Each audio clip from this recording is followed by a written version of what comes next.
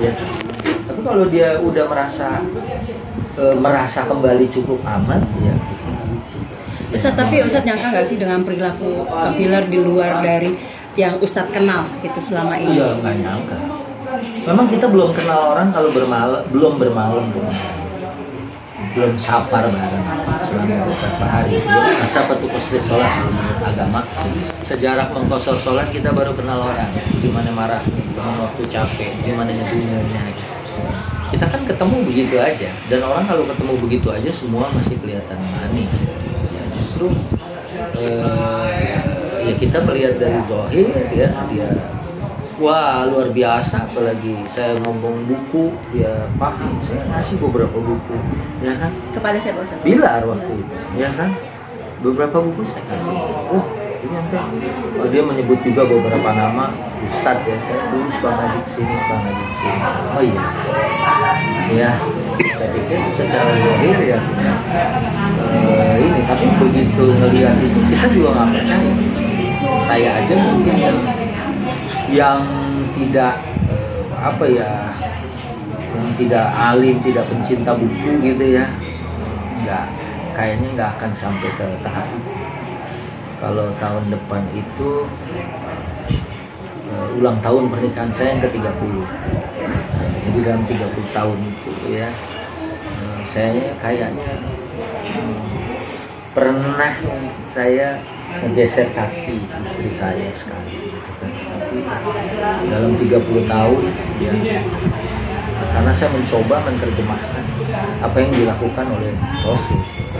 Nah, Rasul walaupun di dalam ayat itu ada wadribun, tapi Nabi sebagai teladan kita tidak melakukan itu kepada bahkan pembantu. Artinya orang yang kerja di rumahnya, ya jangan cerita anak sama istrinya, orang yang kerja di rumahnya itu tidak dilakukan. Oh berarti tafsir ayat itu adalah seperti yang ditafsirkan oleh Rasulullah. Saat ini kan yang Bilar sudah melakukan ini kurang lebih 10 kali kekerasan dalam bentuk apapun, yang mungkin puncaknya yang baru ini terjadi gitu. Ada nggak Lesti itu cerita gerak-geriknya ataupun mimiknya gitu Lesti Ustaz?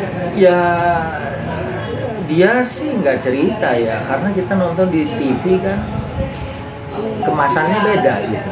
Sampai sebelum tanggal 28 kan baik di medsosnya atau di TV kalau lagi ngomong bareng lagi itu bareng kan kelihatan aman-aman aja gitu.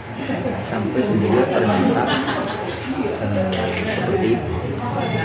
Ustaz, ya. dari tadi kan Ustaz menekankan ya bahwa kalau kita udah melewati jalan itu 10 menit lagi harus jalan. Melewati jalan itu kita jangan sampai melewati jalan itu lagi ya. Ibarat kata Ustaz juga pernah keluar statement bahwa lebih baik berpisah gitu ya kalau sudah mau mengalami kekerasan. Nah ini gimana misalkan? Ya kalau saya gini, agama asulhu khair, damai itu bagus. Terus wabu'ulatuhunna ahaqqu biraddihinna, suaminya itu lebih berhak untuk kembali kepada istri. Ini hukum asal. Hukum asal tuh damai itu bagus, suami masih punya hak. Terus perceraian itu sebagai sesuatu yang tidak disukai. Ini kalau kasusnya normal ya, misalnya karena ekonomi, kan itu bisa dihadapi bareng, ya kan? Karena hal-hal yang masih mungkin diperbaiki. Karena ada juga wanita minta cerai karena suaminya bau badan. Itu kan gampang ya, tinggal kalau mau tidur dia diguling-gulingin aja, dibedakan aman gitu ya. Atau dia mendengkur, ya kan mungkin ada laporan gitu, itu mungkin bisa diperbaiki apa di sumpel, ada kan tuh alat yang buat bernapas buat orang-orang yang mendengkur gitu, jangan disemen takutnya mati juga Untuk apa saja? Iya untuk napas gitu kan. Kalau itu misalnya kalau kejadiannya kayak gitu, asulku damai itu bagus. Wa bu'ulatuhunna ahaqqu biraddihinna, suaminya lebih masih punya berhak untuk kembali kepada dia. Dan hakam, jadi dari pihak keluarga, kalau memang mereka mengira setelah itu akan lebih baik, kita jangan menghalangi dulu. Ini asalnya nih ya, hukum asalnya ini nggak boleh dipotong nih, ya kan? Karena kalau ini dipisahin, jadinya sepertinya keberpihakan gitu kan. Nah, ini secara umum ya, secara umum damai itu baik, asulhu khair. Yang kedua, wa bu'ulatuhunna ahaqqu biraddihin, suaminya lebih berhak untuk bisa rujuk kembali. Dan perceraian itu bukan sesuatu yang baik, ya kan? Kalau hal-halnya itu bisa diselesaikan. Cuman ini kan kasusnya adalah kasus yang menyangkut keselamatan diri. Sementara teori maqasid syariah, saya bicara di syariah secara umum. Ya, Asy-Syatibi ya, di dalam maqasid syariahnya, agama ini diturunkan pertama misalnya hibdun nasab, jaga keturunan. Makanya zina nggak boleh, takut dinnya siapa nggak jelas. Ya. Kemudian hibdul mal, nggak boleh mencuri karena harta orang itu terjaga. Ya kan, hibduddin, menjaga agama, nggak boleh orang maksa orang beragama. Nah, terakhir ada hibdun nafsi, menjaga jiwa.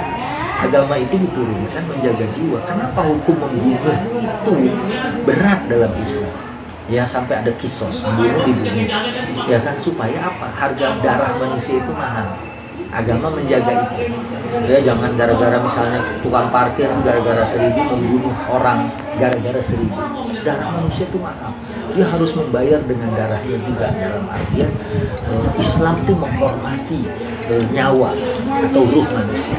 Nah, kalau dia merasa terancam, ya, dia merasa nggak tentram, ya kan?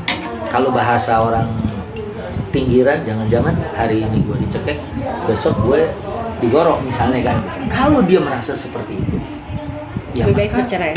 Maka itu bisa dipilih sebagai alasan. Yang nggak boleh itu kan ayyuma mra'atin, perempuan mana aja talabat at-talaq min zawjiha, dia meminta cerai karena nggak ada sebab. Ini yang nggak boleh.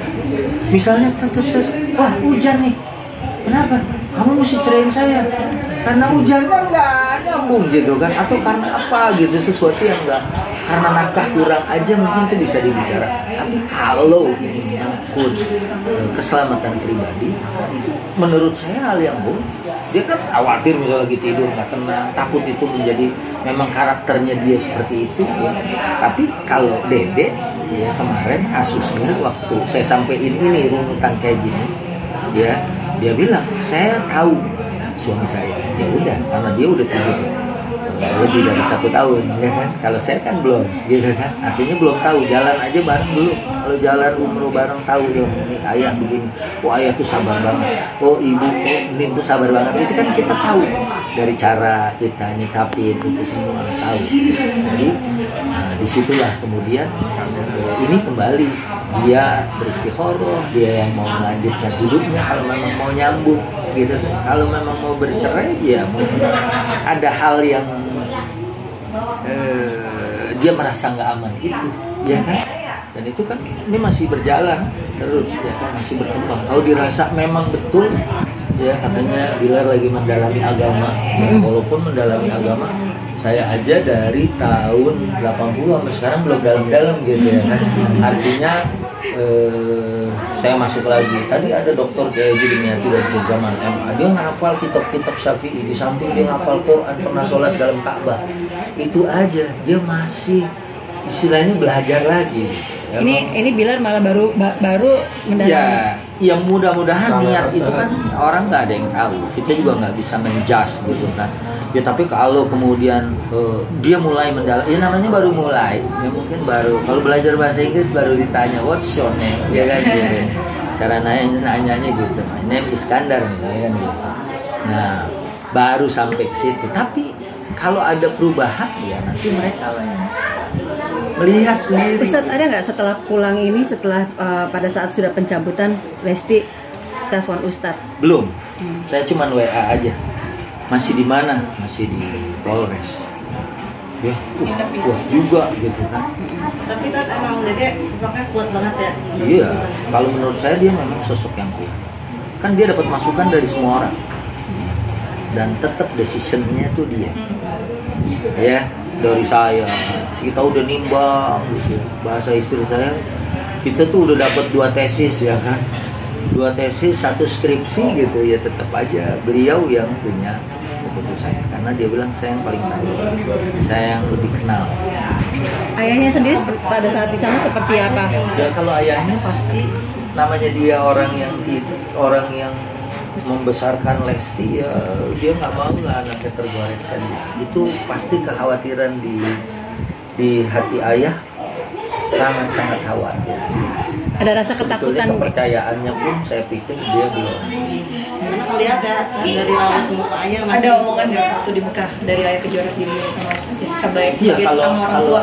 kalau beliau memang minta saya tolong temenin.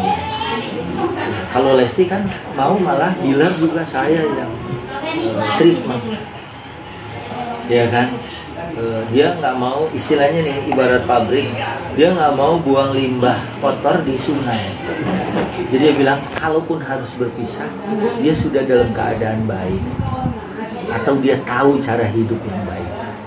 Ini dari omongan Dede ya, kalau saya tidak ditakdirkan bersama lagi dengan dia sudah punya karakter yang lebih bagus dari sebelumnya. itu keinginan Dede. Iya, itu kalau menurut saya kan orang yang saya cerita juga sama Dede tentang Nabi waktu ke Taif. Nabi muda, disambutin orang Taif. Terus Nabi ke singgah, saya sempat mampir di batunya di Taif itu 60 mil dari Mekah ya, dari di Taif itu. Nabi lagi nyandar, malaikat datang. Gimana nih, kita hancurin aja penduduk Taif. Saya tibanin ke gunung. Kata Nabi jangan. Saya bilang, Dede mau punya kesabaran kayak gitu ya. Nabi kan udah disambitin, dia pakai logikanya. Nabi disambitin aja, Nabi masih doain kaum itu. Nah, dia tuh mau takhallusnya tuh seperti itu. Artinya takhallusnya mau, kalaupun dia ini udah biarin bisa hidup, dia nggak punya karakter yang biarin dia mati sekalian, maksudnya gitu. Dia karakternya nggak. Kalau sebagian kita kan, kalau kita tuh habis disambitin terus tawarin malaikat, dia malaikat bilang mau nyabut 2 gunung, 3 kalau perlu. Kita request sama malaikatnya gitu ya, 3 deh biar mati gitu kan.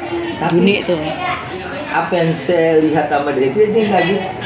Dia mau melepas ya, kayak misalnya kalau kita pabrik buang limbah yang udah diinin tuh udah jernih gitu, nggak merusak lingkungan. Yang saya ambil ini memang kadang mungkin bagi sebagian orang nggak enak gitu kan. Ustaz, tapi ada mengarah ke sana nggak sih, Ustaz? Kalau dilihat dari gelagatnya, dari Ustaz tadi bilang dia walaupun dia sudah istiqomah baik mencabut hubungannya, tapi Lesti sendiri yang Ustaz rasakan feeling gitu, dia seperti apa? Apakah memang ya sudah ada jalan yang terbaik lagi gitu? Belum tahu. Belum